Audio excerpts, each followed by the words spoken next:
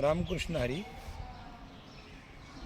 महाराष्ट्र ही संतांची भूमी आहे आणि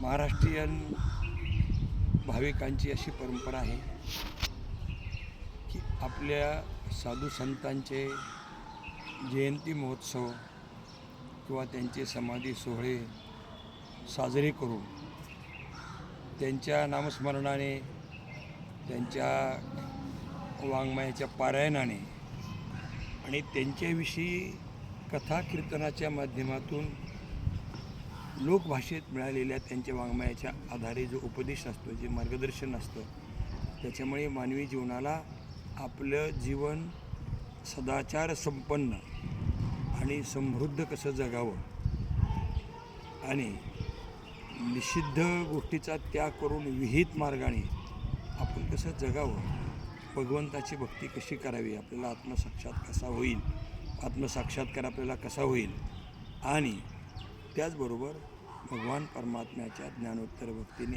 एक नाही दिवस असा उगावा, सोनियाचा दिवसा त्या अमृते पाहला, नाम आठविता रूपी प्रगटपय झाला.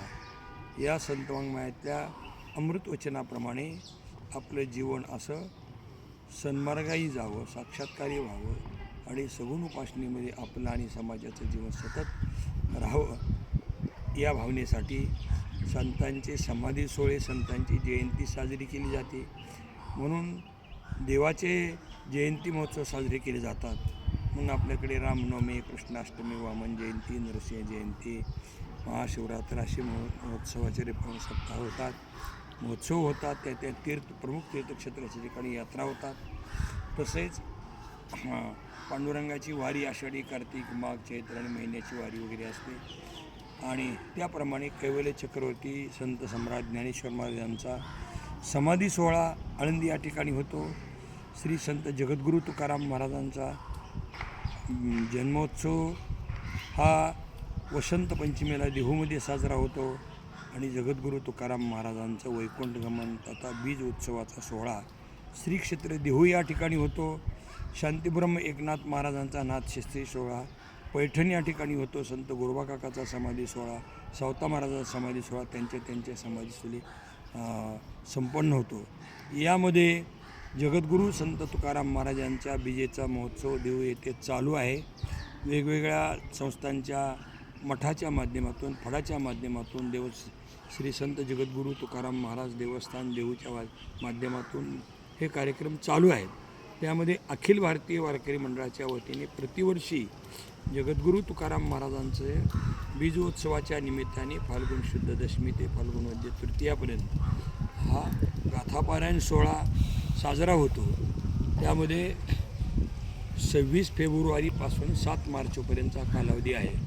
तो अखिल भारतीय वारकरी मंडळाच्या वतीने अखंड हरिनाम सप्ताह श्री क्षेत्र देहू या ठिकाणी जगद्गुरू तुकाराम महाराजांच्या वैकुंठ गमनापासून आपण गाथा मंदिराकडे चाललो आणि मोठा जो चौक आहे ते चौक ओलांडून पुढं गेलो की उजव्या बाजूला सरस्वती लॉन्स मोठं मंगल कार्यालय, 4 एकरचं मंगल कार्यालय आहे. त्या ठिकाणी भव्य प्रमाणामध्ये जगद्गुरू तुकाराम महाराजांचा गाथापारायण सोहळा आणि अखंड हरिनाम सप्ताह चालू आहे. ज्यांना आणखी वाटतं की आपण 3 दिवस का होईना, 2 दिवस का होईना त्या सोहळ्यामध्ये हजर राहावं, कोणाला वाटतं 5 दिवस हजर राहावं, तरी त्या सोहळ्यामध्ये हजर राहा एवढी विनंती. ज्यांना पारायण करू वाटेल त्यांनी पारायण करा. ज्यांना काही पारायण करणं शक्य नाही त्यांनी त्या कार्यक्रमात पारायण करण्याला प्रदक्षिणा करावी आणि ज्यांना प्रदक्षिणाही करणं शक्य नाही होत त्यांनी बसून गाथा ऐकावा, तिथली कथा कीर्तनं ऐकावी. याच्यासाठी सरस्वती लॉन्स अखिल भारतीय वारकरी मंडळाच्या वतीने चालू असलेल्या अखंड हरिनाम सप्ताहाला आपण जरूर या. चलो देहू. मी हरिभक्तीपरायण प्रकाश बोधले महाराज, राष्ट्रीय अध्यक्ष अखिल भारतीय वारकरी मंडळ आणि आमच्या वारकरी मंडळाचे केंद्रस्तरीय पदाधिकारी, राज्यस्तरीय, विभागाचे, जिल्ह्याचे, तालुक्याचे आणि ग्रामस्तरीय सर्व पदाधिकाऱ्याच्या वतीने आपली विनंती. चलो देहू.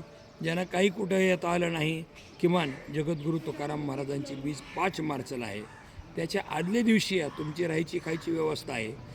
आणि बीजेच्या दिवशी पूज्य गाथामूर्ती रामभाऊ महाराज राऊत महाराज यांची कीर्तन सेवा आहे.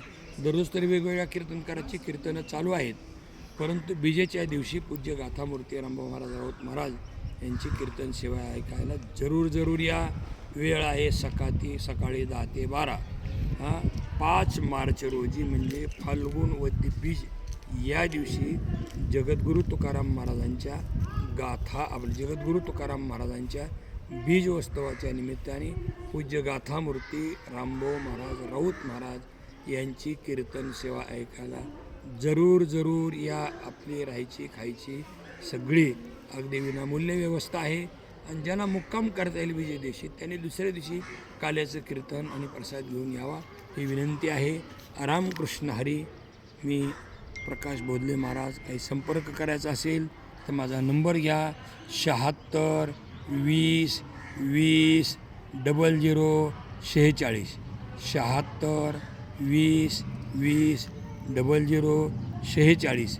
आणि कोणाला धर्मशाळा सापडत नसेल त्या सरस्वती लॉनच्या समोर रोडवरच कीर्तन प्रवचनाचे बोर्ड लागलेले आहेत, फोटो लागलेले आहेत.